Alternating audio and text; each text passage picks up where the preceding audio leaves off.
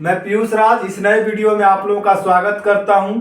यह वीडियो प्रतियोगिता परीक्षाओं को मद्देनजर रखते हुए बनाया जा रहा है, क्योंकि विगत वर्षों से इस टॉपिक से कई क्वेश्चन पूछे गए हैं। तो चलिए आइए हम लोग शुरुआत करते हैं इस वीडियो को। आप गंभीरता और ध्यानपूर्वक से जरूर देखें और सुनें। मेरा यकीन है कि आपका कोई भी कॉन्सेप्ट ऐसा नहीं रहेगा जो आपको नहीं क्लियर होगा। ठीक, आइए हम लोग शुरू करते हैं इतिहास के बारे में। इतिहास का अंग्रेजी वर्ड जो होता है, अंग्रेजी मीनिंग जो होता है वो होता है हिस्ट्री। हिस्ट्री जो है यूनानी भाषा के हिस्टोरिया से लिया गया है, जिसका अर्थ होता है खोजों से प्राप्त ज्ञान। हिस्ट्री के पिता कौन है, ये तो आम सामान्य लोग भी जानते हैं, हेरोडोटस। हेरोडोटस का जो है संस्कृत भाषा में जो नाम था वो था हरिदत्त। अब भारत के इतिहास का जनक कौन है, वो है मेगस्थनीज। इतना तक हम लोग समझ गए, क्लियर कॉन्सेप्ट और क्लियर। अब हम लोग जानते हैं इतिहास का परिभाषा। अतीत में घटी हुई घटनाओं का अध्ययन ही इतिहास कहलाता है। समझ गए अब इतिहास का परिभाषा।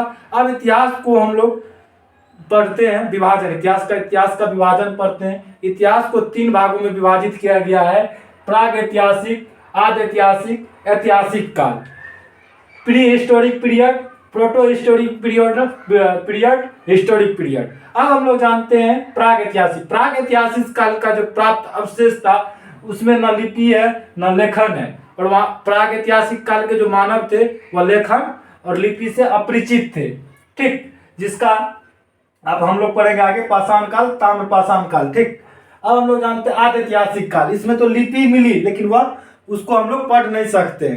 किसका? आदि ऐतिहासिक काल का। इसमें लिपि मिली लेकिन उसको हम लोग पढ़ नहीं सकते थे, उनका ज्ञान नहीं था। अब हम लोग जानते हैं ऐतिहासिक काल, हिस्टोरिक काल। इसमें लिपि पढ़ी जा सकती है। ऐतिहासिक काल का जितना भी साहित्य पुस्तक जो भी मिला उनको हम लोग पढ़ सकते हैं लिपि को। ठीक, अब हम लोग जानते हैं प्राग ऐतिहासिक काल का जो है हम लोग पढ़ते हैं। प्राग ऐतिहासिक काल में पाषाण काल और ताम्र पाषाण काल आता है। ठीक, पाषाण काल का एक जो खोज हुआ था वो 1863 में रॉबर्ट ब्रूसफुट ने किया था। ठीक, समझ गए यहाँ तक। अब हम लोग जान लेते हैं पाषाण काल के बारे में। ताम्र पाषाण में सिर्फ और सिर्फ तांबा का खोज हुआ था, तांबा धातु का खोज हुआ था, इसीलिए इसको ताम्र पाषाण काल कहते हैं। चारकोलिथिक एज इनको बोलते हैं।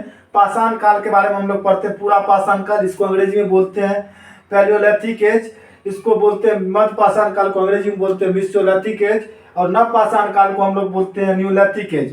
पर पूरा पाषाण काल में क्या करता था मानव?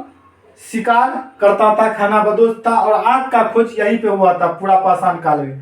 मध्य पाषाण में क्या करता था? पशु को पालना प्रारंभ किया। सबसे पहला जो पशु को अपना जो पशुपालन सबसे पहला पालतू पशु कौन था? तो कुत्ता था।